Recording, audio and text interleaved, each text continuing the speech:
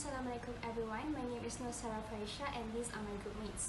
We were required to select a HVAC system for a case study purpose, and we have chosen RTU for the case study purpose. So today we will look at the differences between standard and high efficiency of RTU. First, let's start with the introduction. A package rooftop unit or RTU is a type of HVAC system that contains all the components needed to provide conditioned air in one concise unit.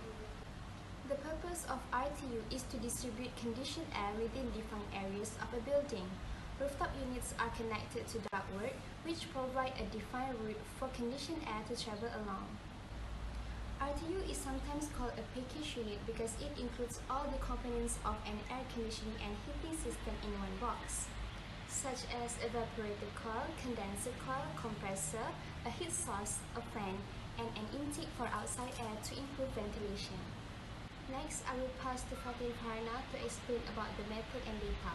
Thank you. Next, we're moving on to method and data. We decided to do a comparison between standard and high efficiency RTU. As we know, RTU consists of compressor, heating coil, cooling coil, and also cooling fan. In method and data, we do a comparison of gross cooling capacity, total power consumption, and also energy efficiency ratio. Figure 1 shows a comparison data between standard and high efficiency RTU. In this data, we can see the specification of RTU, which consists of compressor, condenser coil, condenser fan, evaporator coil, and their cooling performance between these two types. Next, figure 2 shows an ambient temperature and gross cooling capacity. Ambient temperature refers to the temperature of the air in the environment immediately surrounding an enclosure. Meanwhile, cooling capacity indicates the amount of heat the system can remove from the refrigerated space over time. From data recorded, it shows that high efficiency RTU is larger than standard RTU across the ambient temperature. We're moving on to figure 3, which is the data of ambient temperature and total system power. Total system power refers to the total power consumption of entire unit, and from this data, it shows a difference total system power between standard and high efficiency RTU across the ambient temperature. And last but not least, we also do some comparison of ambient temperature and energy efficiency ratio between two types of RTU. Energy efficiency ratio of HVAC cooling device is the ratio of the output cooling energy in BTU to input electrical energy in watt at a given operation point. For this data, we can see that high efficiency has a higher energy efficiency ratio compared to standard RTU, from 85 Fahrenheit to 130 Fahrenheit. So, based from this data, we have prepared two types of questions, which are: do higher SER RTU require more power than standard SER models at ambient temperature greater than 150 degrees Fahrenheit? Second question is, does the cooling capacity of high SER unit degrade faster than a standard SER model at high ambient temperature? That's all from me. I will pass to the next presenter for further explanation. Thank you. Assalamualaikum, my name is Muhammad Izul Islam bin Murad. Today, I will talk about the result and analysis. As the figure shown is about the total system power. We can see the RTU standard use more power than the RTU B high efficiency.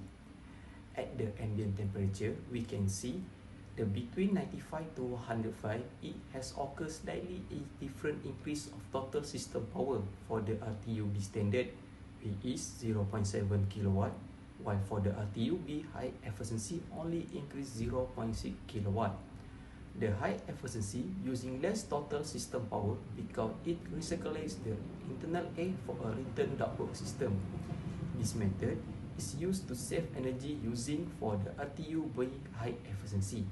As the air has been recirculated, it can reduce the heating load by mixing some warm return air in with the cold air intake. For the left figure, it shows the energy efficiency ratio EER.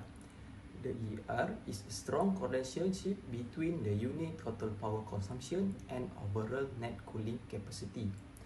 Along the entire ambient temperature, it shows that the high efficiency RTUV has a higher EER value than the standard RTUV. But the high efficiency RTUV has stopped dropping the EER value at the ambient temperature, which is 120 Fahrenheit. It shows that high efficiency RTUV is more safe energy than the standard RTUV. For the left figure, it shows both RTU gross cooling capacity curve is dropping as the ambient temperature increase. It is because there is no recurrent relationship between the standard RTU and the high efficiency RTU. We can see the RTUB standard and RTUB high efficiency is provided nearly equal cooling capacities at the ambient temperature between 85 to 105 Fahrenheit. But after the 105 Fahrenheit, the high efficiency RTUB has begun to outperform the standard RTUB. We can see clearly the high efficiency RTUB cooling capacity drop has been stopped at the ambient temperature between 120 to 130 Fahrenheit. Supposedly, the high efficiency RTUB must degrade faster cooling capacity than the RTUB standard. Because the high efficiency has a higher EER than the standard, the high efficiency has not degraded faster, maybe because of the humidity occur in the high efficiency RTU during the cycle. For the part discussion, I will pass to Daniel. Hello, my name is Muhammad Shazwan. I will talk about working principle for the rooftop unit.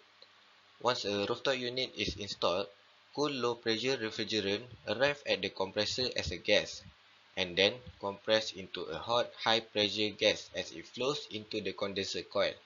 There, the metal fins on the coil absorb and dispense the heat, and the condenser fan blows the exhaust away from the building. For the refrigerant cycle, the now cooled liquid refrigerant passes through the evaporator coil.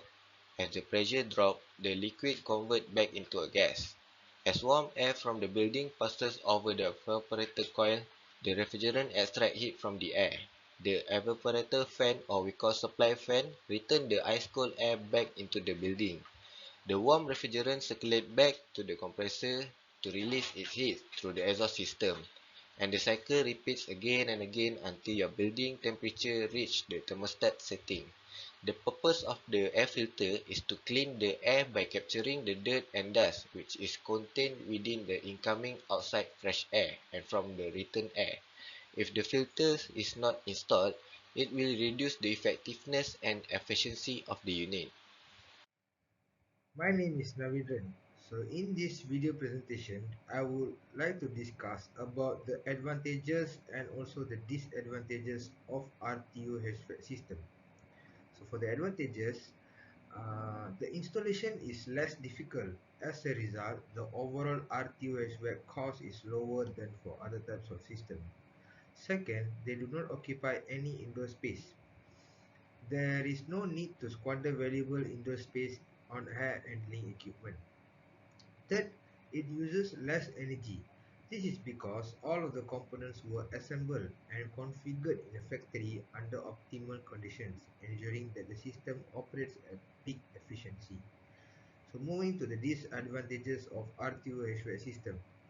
First, it is subjected to the elements. The entire system is subjected to extreme heat, cold, wind, rain, snow, ice, and also pollution. Second, they are unsuitable for tall structures. There is a limit to how far conditioned air can travel through ductwork while still heating and cooling the building. RTU HVAC systems are best suited for buildings with fewer than 10 stories. So the third is they require roof space as well as access.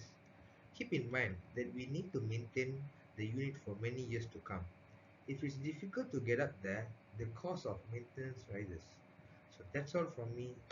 As for the conclusion, because HVAC systems are the main energy consumers in a building, it is critical to implement energy-saving strategies to reduce energy consumption, expenses, and also greenhouse gas emissions. The location of heating and cooling system in commercial building necessitated a considerable area. The HVAC systems is located on the side or back of some structures. Rooftop units are never connected to external chillers or boilers for heating and cooling because they are totally self-contained. RTUs vary from other HVAC units in that they never separate system components and distribute them throughout the building.